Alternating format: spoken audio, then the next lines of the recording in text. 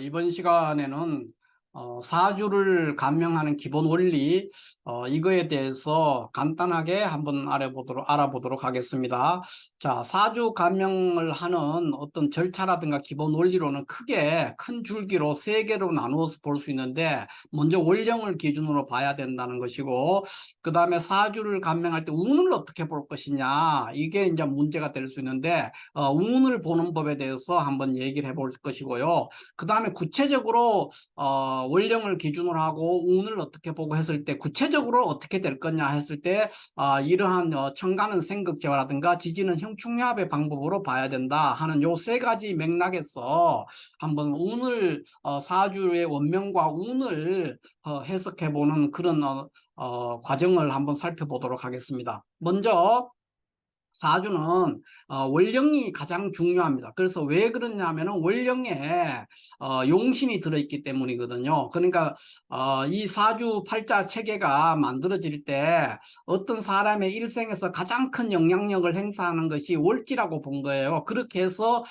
서자평 선생과 그 이론을 발전시킨 이제 심효첨 선생 이런 분들이 등장을 했는데, 이 최초로 이 프레임 사주 팔자 체계를 설계했는 분은 월지가 가장 중요하고 거기에 용신이 들어있다 이렇게 본 겁니다. 그렇게 보고 이거를 설계를 했기 때문에 월령이 제일 중요하죠. 그래서 우리가 보면은 이 월주를 기준으로 대운이 이렇게 펼쳐지지 않습니까? 그러니까 이 사주 같으면은 연간이 그 개수인데 이게 여자라고 이제 간주했을 때 이렇게 대운이 경신 다음에서 경신을 기준으로 해서 신유, 임술, 개 이렇게 순행하는 식으로 펼쳐지는 겁니다. 남자라면 이제 대운이 반대로 흐를 것이고, 그러니까 월주를 기준으로 대운이 펼쳐 그 한 사람의 일생의 운들이 다 거기에 들어있는 겁니다. 그렇게 그만큼 월지가 중요하다. 그래서 원령 그렇기 때문에 원령이 기준이 되는 겁니다. 그래서 원령을 기준으로 사주를 감명해야 됩니다. 왜 그래야 되냐? 다시 정리하면 원령에 용신이 있기 때문이다. 원령에 용신이 있기 때문에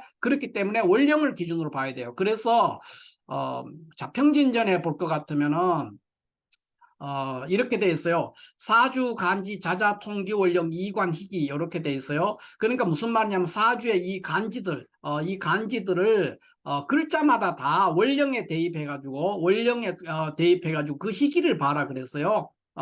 그러니까 월지가 가장 중요하고 월지에다가 이 글자들을 다 대입해 가지고 거기서 이 월지와의 관계가 바람직하냐는 거예요. 그거를 가지고 판단을 해라는 겁니다. 이게 이제 자평진전에서 제시하고 있는 사주 감명의 첫 번째 논리겠습니다. 논리가 이렇게 봐라 이렇게 돼 있어요. 그 다음에 여기서는 이제 중요한 거 원령을 기준으로 하는 거는 좋은데 비겁을 그렇게 되면 용신으로 볼 거냐 하는 문제가 있어요. 그러니까 자평진전에서는 본신 불가 위용 이렇게 돼 있어요. 본신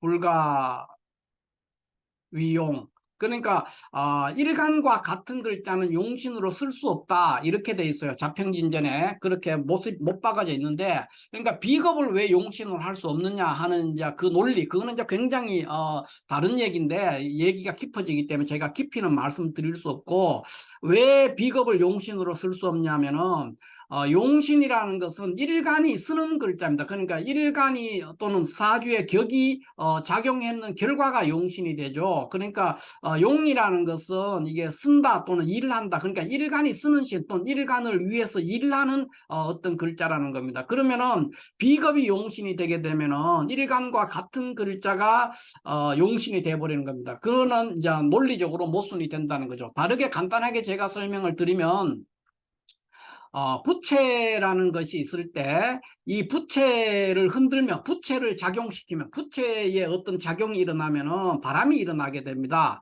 이게 이제 부채의 작용의 용신이죠. 그런데 부채를 흔들었는데 부채가 나왔다.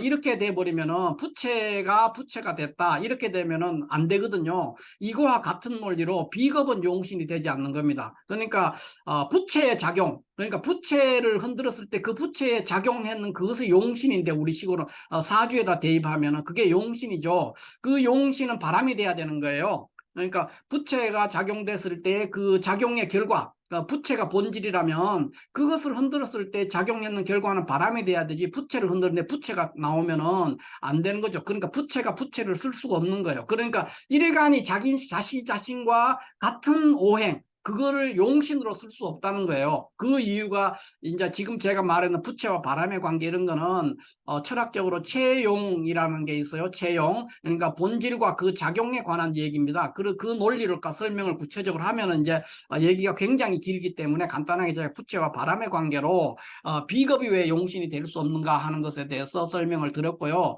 그러나 일간이 강하거나 약하다는 그 기준으로, 일간이 강하면은 식재관이 용신이 되고, 식재관, 그 다음 일간이 약하면 인성이나 비겁이 용신이 된다고, 그렇게 해서 사주를 감명하는 사람들이 굉장히 많죠. 거의 대부분 사람들이 그렇게 보고 있죠. 그런데 그 방법에서는 비겁을 용신이라고 하게 되죠. 그러나 그것은 이 사주 팔자 체계를 고안했던 서자평 선생이나 심요첨 선생의 시각과는 완전히 어긋나 있다. 그러니까 지금의 사주 팔자 체계를 설계했는 이 설계자의 의도와는 완전히 관계없는 왜곡된 잘못된 방법으로 사주를 감명하고 있다는 거죠. 그러니까 서자평이나 심요첨 선생이 이렇게 사주 팔자 체계를 만들어 가지고 이런 걸 어떻게 봐야 되느냐, 월지를 중심으로 해서 격을 찾아서 그거의 성패를 기준으로 봐라, 그리고 비겁은 용신이 되지 않는다, 뭐 이런 얘기를 했단 말이에요. 근데 그거를 무시하고 비겁이 용신이다, 일간이 강하냐 약하냐에 따라서 일간이 약하면 인성이나 비겁이 용신이, 일간이 약하면 인성이나 비겁이 용신이 되고, 일간이 강하면 식재관을 용신으로 쓰는 그 방법에서는 비겁이 용신이 된다는 거예요. 그 방법은 결국은 이 현재의 사주팔자 체계를 설계했는 설계자의 의도와는 아무 관계없는, 설계자의 설계 의도에 어긋나는 그런 방법의 감명 방법이기 때문에 마땅하지 않다, 그렇게 볼 수가 있겠습니다. 그러니까 뭐 그 법을 우리가 억부법이라고 하는데, 억부법이 뭐 맞다 틀렸다 이런 얘기를 제가 하고자 하는 게 아니고, 자평진전의 철학사상, 자평진전의 사주 감명 방법론, 그거에는 어긋난다는 겁니다. 억부법은 자평진전에 어긋나는 방법이다, 이렇게만 알고 있으면 될 것 같고요. 어찌됐든 자평진전 방식으로 사주를 감명할 때는 비겁을 용신으로 보면 절대로 안 됩니다. 그러면은 이 설계자가 요렇게 보면은 이런 방법으로 만들어서 사주를 보면 된다고 했는데 그 방법이 완전히 어긋나기 때문에 사주가 안 맞아요. 그러니까 어쩌다가 맞을 수도 있지만 기본적으로 맞을 수가 없다. 그리고 배우기가 매우 어려워진다. 이렇게 제가 말씀을 드리겠습니다. 기본적으로 다시 정리하면, 월령을 기준으로 모든 글자를 월지에 대입해가 희기를 살펴야 되는데 비겁은 용신이 되지 않는다. 그리고 왜 월령을 기준으로 하느냐?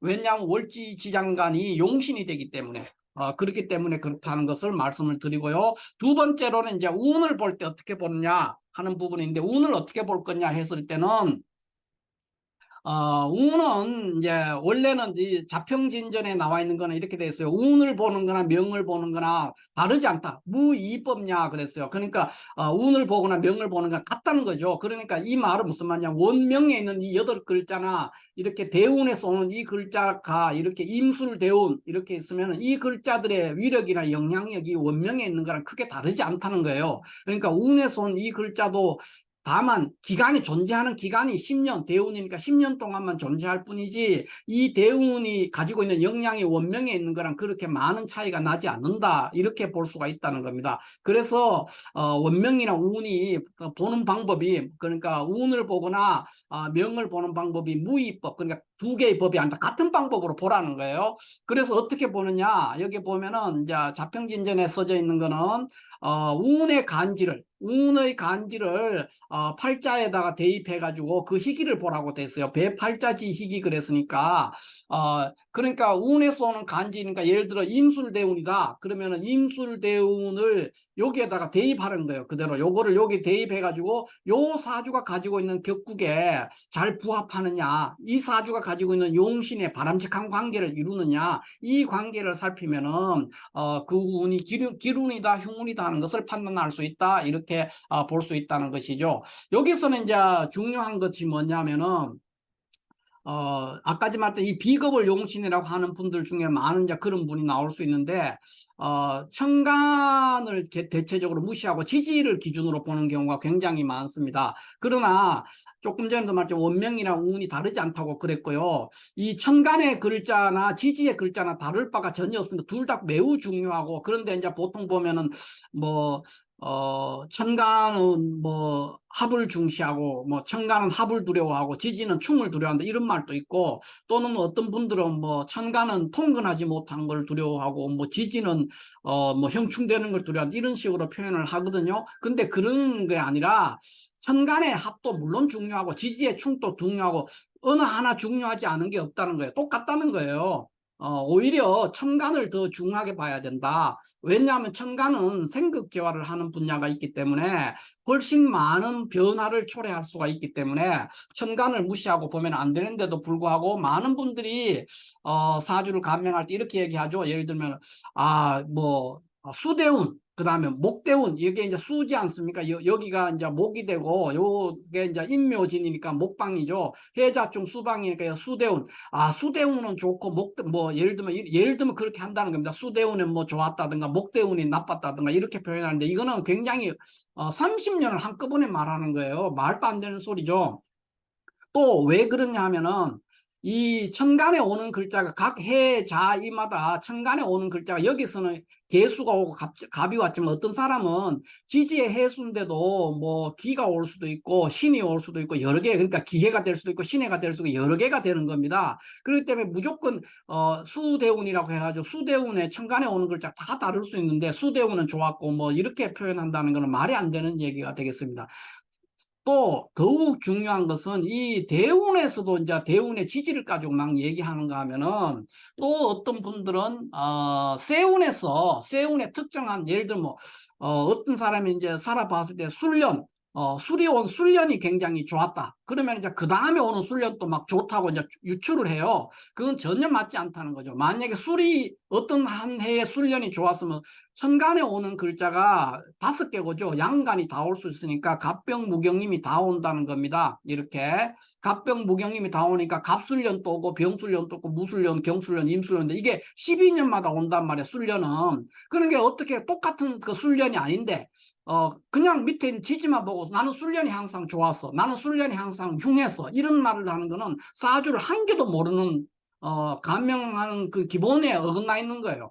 굉장히 잘못 보고 있는 거죠. 같을 수가 없죠. 그러면 천간 글자를 왜 넣어놨어? 이거를 다 무시하고 지지에 있는 술만까지 얘기하면 천간의 글자를 얘기할 필요가 없고, 천간이 있을 수도 없는 거예요. 없어도 되는 글자죠. 그렇다면. 그렇지가 않다는 거예요. 그렇기 때문에 무턱대고 술년이 좋아서, 또는 나는 자년이 좋았어, 자아가 올 때마다 좋아서, 이런 식으로 사주를 감명하면 큰 그러니까 판단착오라든가 큰 오류에 빠질 수 있다. 이거를 제가 말씀을 드리는 겁니다. 그러니까 굉장히 많은 분들이 그런 얘기를 해요. 그러니까 대운에 그걸 이 30년을 묶어가지고 나는 수대운이 좋았다, 뭐 목대운이 좋았다, 또는 용신이 뭐냐 하면 목이 용신입니다, 화가 용신입니다. 아니, 목 속에도 갑이 있고 을이 있단 말이에요. 화 속에는 병이 있고 정이 있고. 근데 갑이 정관이고 을이 편관이면 어떻게 할 거냐는 거죠. 정관과 편관은 완전히 다른 얘기인데 어떻게 뭉뚱그려가지고 목이다, 또는 화운이다, 목이 용신이다, 화가 용신이다, 이렇게 얘기할 수가 없죠.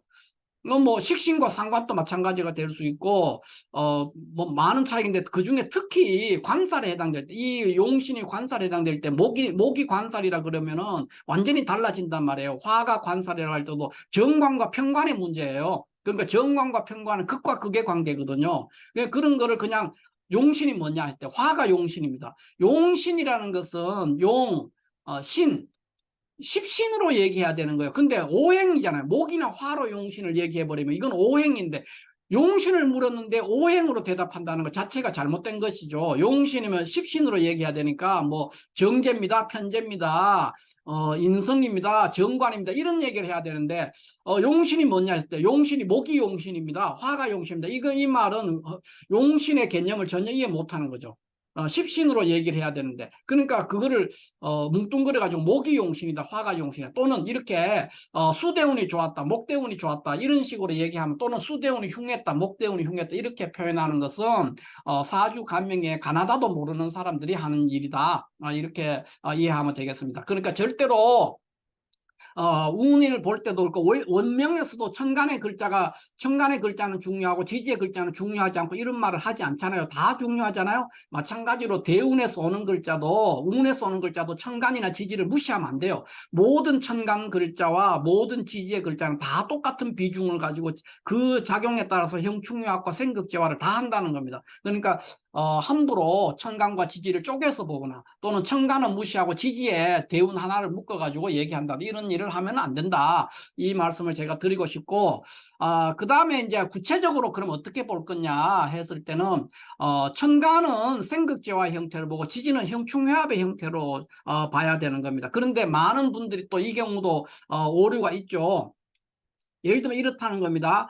자, 여기 묘가 있고 신이 있습니다. 그러면은 여기에서 금이니까 금극목 한다든가 지지끼리, 또는 여기 묘가 넘어가서 목극토를 한다든가, 천간에 있는 개수가 수생목 한다든가, 지지에 있는 묘목이 천간에 기토를 목극토 한다든가, 이런 식으로 그러니까 지지끼리에도 형충합, 그죠? 또는 지지끼리도 생극재화, 지지끼리, 여기는 이제 지지는 형충합, 천간은 생극재화를 중심으로 보라고 했는데, 지지끼리도 생극재화를 하는 것처럼, 생극재화를 하는 것처럼 보고, 천간끼리도 막 이렇게 천간에 있는 글자가 지지를 막 생극재화하는 것처럼 이렇게 보면은 안 된다는 거예요. 천간은 생극재화를 중심으로 보고 지지는 형충합을 중심으로 보라고 이랬어요. 이 얘기는 원명의 고서에 어디에 나오느냐면은 요 밑에 있는 요 구절이 그 얘기예요. 그러니까 여기 보면 천간은 전론 생극재화 그랬고, 지지는 전취 형충파해 그랬어요. 그러니까 요 구절에 근거해서 보는 건데, 이 구절이 어디에 있냐면은 삼명통회라는 책이 있는데, 삼명통회가 총 12권으로 이루어져 있어요. 그 중에 10권, 10권에 있는 옥정 5결 편에 나옵니다. 옥정 5결 편에 보면은 천간은 생극재화로 보고 지지는 형충합으로 보라고 이렇게 나와 있어요. 그러니까 그 원리에 따라서 보는 거예요. 그런데 그렇게 안 보고 지지끼리도 생극재화를 한다든가, 또는 천간이 지지를 막 생극재화를 한다든가, 또 지지가 천간을 생극재화를 한다든가, 이런 식으로 보면은 사주가 맞지 않다는 겁니다. 잘못 보고 있다는 것이죠. 그래서 종종 보면은 이 원리를 이제 무시해버리고 지지끼리도 생극재화를 해요. 그러면 이런 것이죠. 만약에 어떤 사람이 이제 이 사주 같으면은 이제 오늘 개면년이죠. 금년에 8월 무술일에 태어난 사주예요. 8월 무술에 태어났는데 만약에 개해운이다 그러면은 지지끼리도 생극재화를 하니까 해수가 왔네. 여기 식신이야. 그러니까 식신생재했어. 이렇게 본단 말이에요. 지지끼리. 이런 식으로 말하면 안 된다는 거예요. 지지끼리는 생극재화로 보면 안 된다는 거예요. 그 다음에 병인 운이다. 그러면 이 왔을 때는 여기 인목은 편관이죠. 그러니까 여기 식신이니까 식신대살했다. 식신대살했다. 이렇게 보면 안 된다는 거예요. 그러니까 지지끼리는 이렇게 생극재화를 보는 것이 아니라 형충합을 중심으로 봐야 되고, 천간은 생극재화를 중심으로 사주를 감명해야 된다. 이게 이제 삼명통에 나와 있는 원리입니다. 그 원리에 따라서 봐야 되고, 이거를 무시하고 지지끼리도 생극재화를 하거나, 또는 지지가 천간을, 또는 천간이 지지를 생극재화하는 방식으로 보거나 형충합하는 식으로 보거나 하면 안 된다는 거죠. 예를 들면 개수가 묘목을 수생목 해가지고 묘목이 또 천간에 기토를 목극토 했고, 또 경금이 그 묘목을 금극목 했고, 이런 식으로 하면은 사주를 볼 수가 없어요. 이렇게 보면은 안 되는 일이 없어져요. 어떤 상황에 따라서 막 귀에 걸면 귀걸이, 해석에 따라서 다 달라져 버리고 감명의 의미가 없어져 버린 거예요. 안 되는 일이 없어지거든요. 모든 천간 글자가 지지를 다 생극재화하고, 지지도 천간을 생극재화하고, 지지끼리도 생극재화하고, 이렇게 해버리면은 안 되는 일이 없다는 거예요. 어딘가에 다 일이 벌어지게 되고 다 되게 된다는 거죠. 그렇기 때문에 이런 식으로 보는 것은 바람직스럽지 않다. 그것은 자평진전이나 삼명통화에서 제시하고 있는 그 방법론에 어긋나 있다. 그렇기 때문에 잘 맞지가 않아요. 제일 큰 문제는 그렇게 막 보는 것이, 여기서 금극목 한다든가 목극토 한다든가 수생목 한다 이런 식으로 사주를 봤을 때 이게 잘 맞으면은 우리가 그 군소리 하지 말고 배워야 되는데, 실질적으로 이렇게 보면 배우기가 어려워요. 배울 수도 없고 맞지도 않아 해보면은. 그러니까 너무 이런 데 하지 말고 고서에서 제시해둔 자평진전과 삼명통에서 제시해있는 감명 방법론에 따라서 보면 되는데, 이 방법이 뭐냐 했을 때 방금까지 설명했던 원령을 기준으로 해라. 그 다음에 운을 볼 때는 명과 운이 보는 방법이 다르지 않다. 그리고 천간과 지지를 쪼개서도 보지 말고 천간은 무시하고 지지만을 기준으로 보지도 말아라. 천간과 지지가 둘 다 중요하다. 그 얘기고요. 그 다음에 구체적으로 볼 때는 천간은 생극조화를 보고 지지는 형충합으로 봐야 된다. 그러니까 지지에서도 생극조화를 보고 또 천간이 지지를 생극조화하고 이런 식으로 또 지지가 천간을 생극조화 이런 식으로 보면은 사주 간명하는데 큰 오류에 빠질 수 있다 하는 그거를 제가 전체적으로 한 3가지 맥락에서 한번 설명을 해봤습니다. 감사합니다.